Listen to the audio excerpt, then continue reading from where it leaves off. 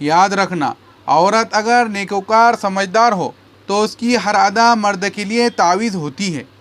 اللہ نے مرد کے دل میں عورت کی کشش ہی ایسی رکھ دی ہے، مرد کے دل میں عورت کی طرف کشش ہی ایسی رکھ دی ہے کہ عورت کی ہر ادا مرد کے لیے تعویذ ہوتی ہے۔ تو اللہ تعالیٰ نے تمہیں تو اداؤں کے تعویذ دیے، باتوں کے تعویذ دیے، ان تعویذوں کو کیوں نہیں استعمال کرتی؟ کاغذ کے تعویذوں کے پیچھے کیوں بھاگتی پھرتی ہو؟ نتیجہ کیا ہوتا ہے کہ تھکا ہوا خاوند آتا ہے اور آگے سے بیوی بھی تھکی بیٹھی ہوتی ہے۔ اب تھکا ہوا بندہ تھکی ہوئی بیوی سے کیا فرحت پائے گا؟ تر و تازہ ہوا کرے جب خاوند آئے اور اس کے سامنے محبت پیار کی بات کیا کرے اور کھلے چہرے سے استقبال کیا کرے، پھر دیکھے کہ گھر کے اندر کیسے خوشیاں آتی ہے۔ اور ایک بات ذہن میں رکھنا کہ اپنے خاوند کی تعریفیں کرنا عیب نہیں، بلکہ بہت بڑی نیکی اور صحابیات کی سنت ہے۔ وہ اپنے خاوند کی تعریف کرتی تھی۔ دیکھیے، جب آپ کسی کی اچھی باتوں پر اس کی تعریف کریں گی تو صاف ظاہر ہے کہ وہ اپنی بری باتوں کو بھی اچھا بنانے کی کوشش کریں گا، مگر آپ تو زبان پر تعریف لانا گوارا ہی نہیں کرتی۔ ایسا ہم نے کئی مرتبہ تجربہ کیا کہ خاوند کی تعریف کرتے ہوئے عورت کی زبان گنگ ہو جاتی ہے۔ سنیے سیدہ عائشہ صدیقہ رضی اللہ تعالیٰ عنہ نبی صلی اللہ علیہ وسلم کی کیسی تعریفیں کرتی تھی۔ انہوں نے نبی صلی اللہ علیہ وسلم کی شان میں ایسے اشعار کہے: ایک آسمان کا بھی سورج ہے اور ایک ہمارا بھی سورج ہے، لیکن میرا سورج آسمان کے سورج سے زیادہ بہتر ہے، اس لیے کہ آسمان کا سورج فجر کے بعد طلوع ہوتا ہے اور میرا سورج تو عشاء کی نماز کے بعد طلوع ہوتا ہے۔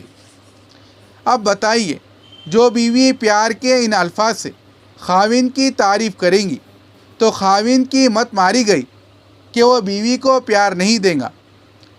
اس لیے فرمایا کرتی تھی کہ اگر زلیخا کو ملامت کرنے والی عورتیں کبھی میرے محبوب کو دیکھ لیتی تو وہ اپنے ہاتھوں کو کاٹنے کی بجائے اپنے دل کے ٹکڑے کر بیٹھتی۔ کیا آپ نے بھی اپنے خاوند کی محبت میں یہ الفاظ بولا یا کوئی اشعار بولا؟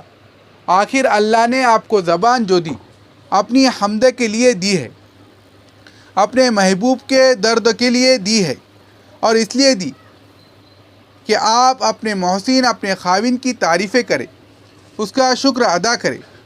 اگر آپ یہ کام نہیں کرتی تو پھر کیوں شکوے کرتی ہے کہ خاوند توجہ نہیں دیتا؟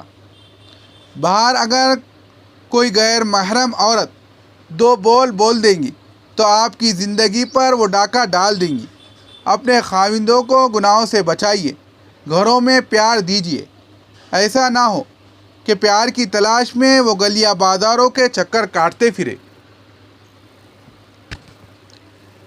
اور آخری بات اور سب سے بڑی بات، شریعت نے کہا کہ جب خاوند کو اپنی بیوی کے ساتھ ملنے کی خواہش ہو تو بیوی اگر پاکیزہ حالت میں ہے تو کبھی بھی ملنے سے انکار نہ کرے۔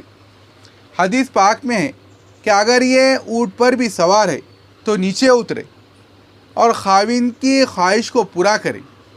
حدیث پاک میں ہے اگر یہ تنور کی آگ پر بھی کھڑی ہو تو پیچھے ہٹے اور خاوند کی بات کو پورا کر کے پھر کام کرے۔ اور آج کی لڑکیاں اپنے خاوند سے اپنی بات منوانے کے لیے اس کو آلے کے طور پر استعمال کرتی ہے۔ یہ بہت بڑی غلطی ہے۔ یہ تمام باتیں خاوند کو غیر مطمئن کر دیتی ہے، چنانچہ وہ اطمینان کے لیے دوسروں کو تلاش کرتا ہے۔ افسوس کے ساتھ بتایا جا رہا ہے، ایک عالم تھے، ان کا کاروبار بہت اچھا تھا، کروڑوں کے مالک تھے۔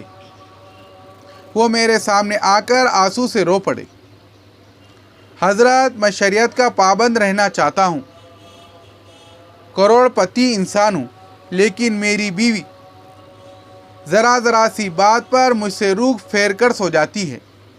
کئی دن گزر جاتے ہیں، میں اس کو کہتا بھی ہوں کہ مجھے ضرورت ہے، لیکن وہ میری بات نہیں سنتی۔